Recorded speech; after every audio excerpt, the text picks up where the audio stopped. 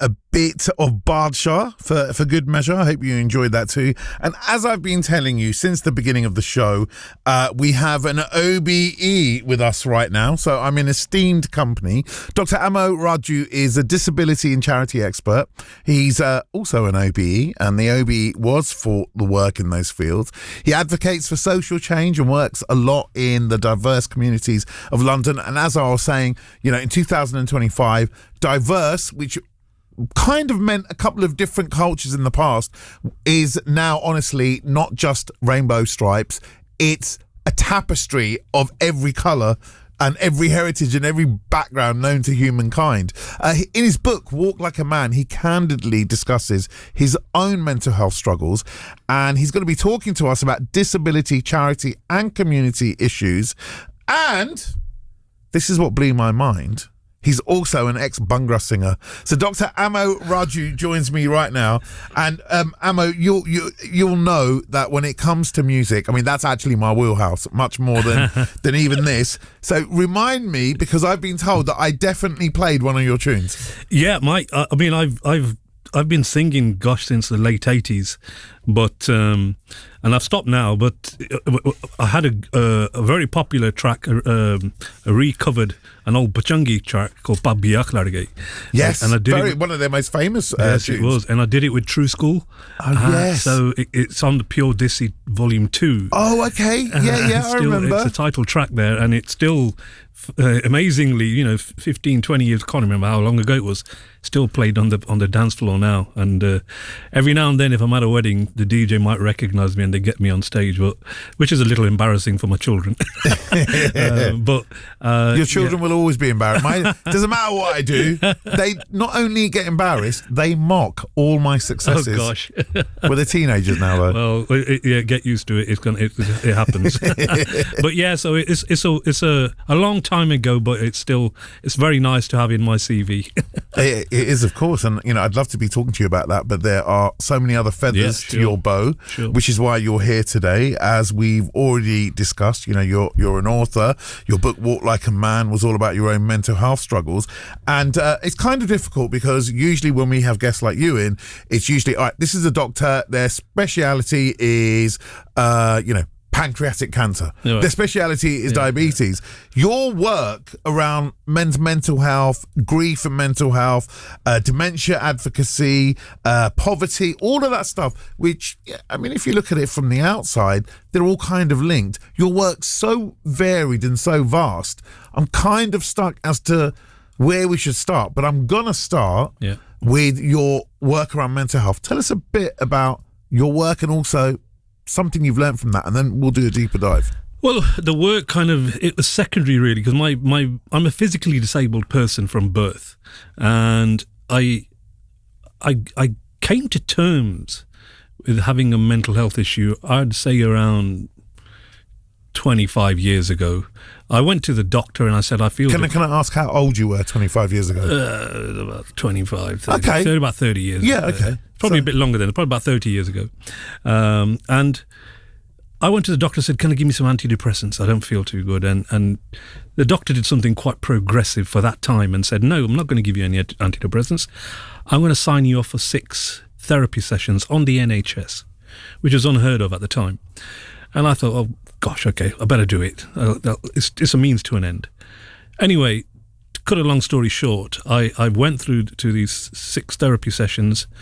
I was given a box of tablets, but I never took them because I just found the idea of talking to someone without judgment a great experience. And so over 3 decades, I carried on speaking to a therapist, and basically it was in secret, because as a physically disabled person from the South Asian community, I was bombarded with stereotypical ideas about what I shouldn't do, couldn't do, and that added to my mental health battles. At the same time, I was the CEO of a very popular charity in the Midlands, and I'm the eldest son, and so it was all all the pressures were on me. Don't even get me started on the elder son stuff. You know, I almost feel like world's tiniest violin. But then when I meet someone else, I'm like, oh, you get it. It's too much, man. You're supposed to be the role model. You're supposed to be helping out with the parents and all that, you know, deal with all the family,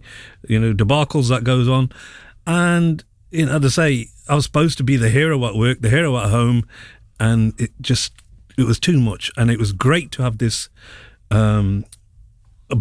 opportunity to go and talk to someone, as I said, without judgment. And that was the main thing. The incredible thing was my wife didn't even know about it. My children didn't know about it. My parents, my sibling, nobody. I didn't tell a soul. It was only just before lockdown when I decided I'm going to write a book, and I thought I better be honest. And I told my family, and even then they didn't believe me, because they said, no, you don't seem like you've had any issues. But once they'd read the book, they'd realise. Typical South Asian reaction.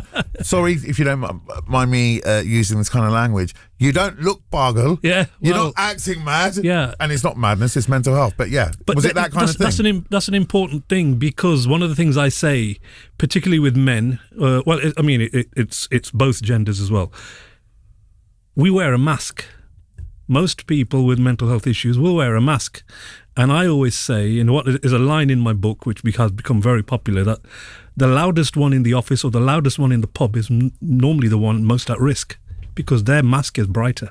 Their mask, it's thicker. That's deep. And so that's kind of, that's the issue. Nobody believed me. It was only once they'd read the book and they thought, okay, that at that point in your life, that's what you were going through. I see why you behave that way. And there's so many people out there who'd once read the book, particularly people in leadership positions. It's the loneliest job in the world when you're an MD or you're a manager or or whatever. They had no one to talk to. And they said, finally somebody's writing about us.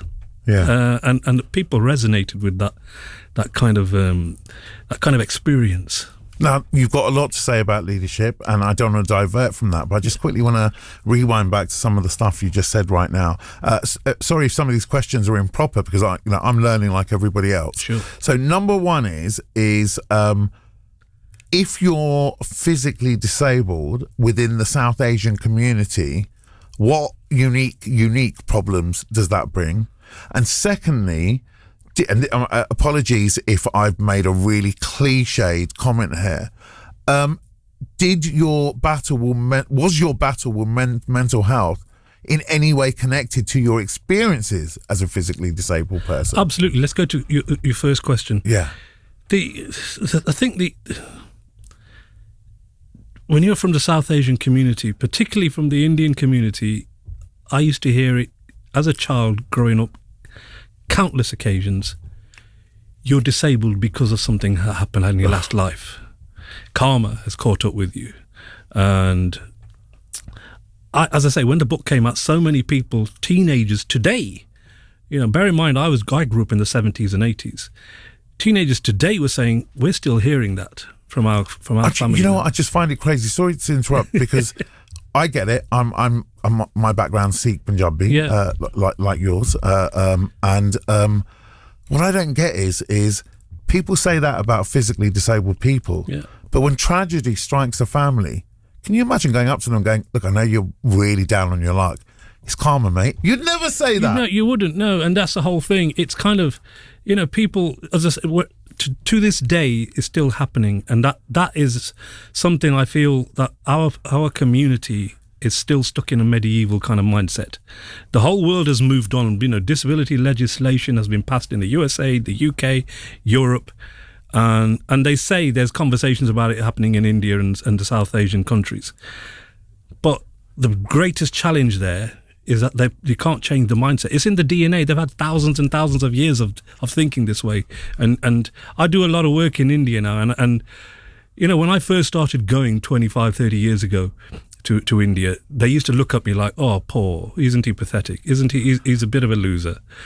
As they realise this guy has achieved something, I get a hero's welcome now every time I go, which is great for the ego, but it also tells you that they need to physically see people doing something before they can start changing that mindset, and that doesn't happen enough in India. And so yeah, that's the issue. Sorry, what was your second question again? Second question was, do you think that your challenges with mental health, which first presented in your mid-20s, were in any way linked to not your physical disability, but what you went through socially because of your physical disability? This is the issue about disabled people per se. 99.9% of the issues that they're facing is caused by the attitude of other people. We're in a building here where there's level access, there's lifts, there's ramps, everything, automated doors. But every penny is wasted if the attitude of the staff in the building is wrong. And that could be repeated at any business, any service across the world. And that is the issue that I face. That's the issue that my peers face day in, day out. We're living in a world where there's a lot of emphasis on trying to physically change the environment, but not change the attitude that society has towards disabled people. I think, and I always say this, you've got to have more disabled people in positions of power, leadership, and conversations. We've had, the government's been talking about assisted dying, benefits shops and stuff like that. You've got to have disabled people at the centre of those conversations, not on the periphery. And that seems to be what's happening. Oh, we will consult with disabled people. No, it should be disabled people making those decisions with the MPs and any business or any organisation that wants to change its policy. Can I ask you a question? In a world where these same arguments are employed religiously, your religious background, we need to understand. What about representation? What about black people, brown people, all of that stuff? Do you sometimes feel, with all of that, as well as advances in terms of queer identity, that the disabled community are the poor cousins of all those other kind of groups? Totally agree. There used to be a one piece of legislation for disabled people, one for regarding race, and one for gender and sexuality, etc. When they amalgamated them all and created the EHRC, the disability element became the poor relation, because our piece of legislation was the newest. It was the new kid on the block, and it hadn't had time to become something powerful. And this isn't just me just saying this. Disabled people, disabled campaigners across the UK are saying this. We haven't got a strong enough voice in the EHRC. There's not enough investment made in changing attitude, as has been with the Race Relations Act. That's been around for 40, 50 years, probably more longer than that. And so it's had time to progress. It's had time to regenerate. We haven't had that within the disabled community. And so it is the poor relation. Wow. And I suppose that means in those, boardrooms, those meetings, people who are, this is just an example, people who are literally going, there's not enough Asians here, or there's not enough Muslims or Sikhs here. Yeah.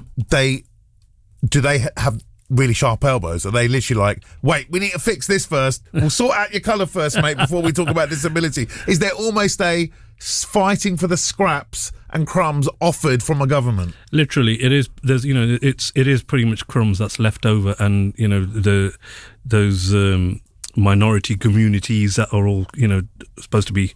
You used the word diverse earlier on. We are literally an afterthought. We're not right at the beginning. We're not central to the conversation.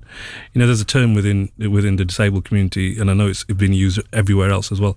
Nothing about us without us. Mm-hmm. And we are literally, oh gosh, what do we do about them as well? Yeah. And that's got to stop. Yeah. And that, I'm afraid, that's where we're back to that conversation around changing social attitude. Yeah. So look, I'm cherry picking here because you've done so much, right? One thing I'm really interested in, because we've had people on talking about grief and mental illness. Yeah. But what I'm interested in is your dementia advocacy, and I'll tell you why. I'm in my 50s, and out of my close friends, I'll pick 10 of them. 5 of them at the moment have parents who either have early stage or late stage dementia. And I read that it's as big as diabetes and heart disease, because surely heart disease and diabetes, that's why Asians That's literally why Asians leave this mortal coil. So talk to me, because I don't know, and I don't think most South Asians in this country know about dementia specifically around the South Asian community. Well, I'm pleased you brought this up, because I've only just recently joined forces with Alzheimer's Research UK, and they've trained me up to be what they call a dementia champion. I'm going to give your listeners a bit of a fact which make them sit up straighter. You mentioned diabetes there. There's also cancer. There's also heart disease. But did you know that dementia is the biggest killer in the UK? That's just crazy. It's, we hear the word heart disease, cancer and diabetes and blood pressure, and they make us kind of paranoid about our health. But you're right.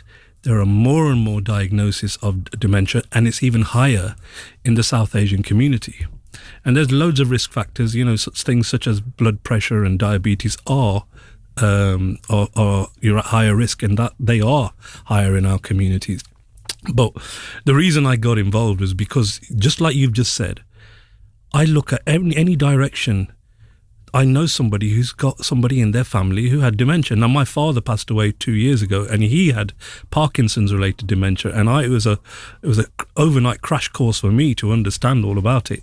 And because of my profile in the community, particularly in the Midlands, I get phone calls day and night now from people who say, "Tell us about this. I've got a cousin, I've got an uncle, I've got a grandparent, I've got a father, a mother," and that tells you that there's not enough information in our communities about this. The word pagal gets used. Yeah.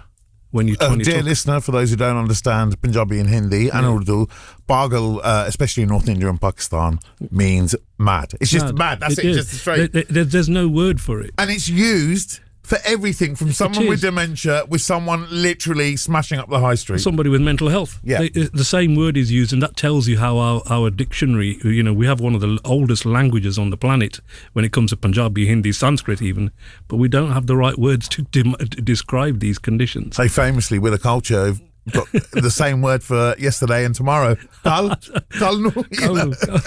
And that's it, yeah. And this is a whole thing with dementia. There's so much work needs to be done. So as I say, I'm doing a lot of work now with Alzheimer's research, just to go around the community and get people talking about it, feeling comfortable. Because what I've found is people, if I sit 6 aunties in a room and talk about dementia, they won't talk about it. But the minute the session's over, they'll all come to me one by one. They don't want to talk about it collectively. And that's the problem with our community. Yeah. There's shame. They feel shame that there's somebody in their family that's got this. And we've got to get more open about it. So look, we're going to have to wind up the interview soon. And I'm realising as you're sitting in front of me, we maybe need to do a 3-hour-long podcast with all the work you've done. I think what I want to ask you as a last question is, with all of your personal experience, with everything, like your CV's ridiculous, I'm not just even talking about all this advocacy, I'm also talking about the work you're doing in terms of Derbyshire, your OBE, you're the Lord Lieutenant of Derbyshire at the moment. A deputy to the Lord Lieutenant. Deputy Lord, yeah, let's not mess with Don't promote me. Yeah, exactly. So with all of that in mind, and knowing that this is the South Asian community show, what's the one lesson from your life that you'd like to tell everyone to carry with them if they're British and South Asian heritage? I think the main thing for me, and people say this to me a lot when, I had it said to me this morning as well, they say, "You're an inspiration," and I don't feel that I am. I just got my head down and got on with it. And South Asian communities, they need to see role models. There's a lot of distractions for the next generation that are growing up. There's more drugs and alcohol on the scene. They just need to see more people that are able to achieve things. And the more I talk about mental health, grief, trauma, disability, all those kind of things, it makes it all real, because they all know people who are going through that. And all I want to show them that is that anything can be achieved if you just keep your head down and you talk as much as you can, especially men. We're not designed to talk. I always use the Jay and Viru, example. Viru was chatty. I'm talking about Sholay. Yeah. Viru was very chatty, but for some reason a lot of women resonated and went towards the Amitabh Bachchan character because he was strong and silent, dark, mysterious, and I always say no, we need to be more Viru because he got it off his chest, and that's the only way that we're going to get more and more of the next generation feeling okay about themselves and confident. Dr. Amo Raju, I know I feel I've done you a disservice. I feel like I should have had you on from 7 all the way through until 10, and maybe we'll do that at some point in the future. I'd love to have you back, but thanks so much for coming into the show today. Thank you. Well, thoroughly loved it. BBC Radio.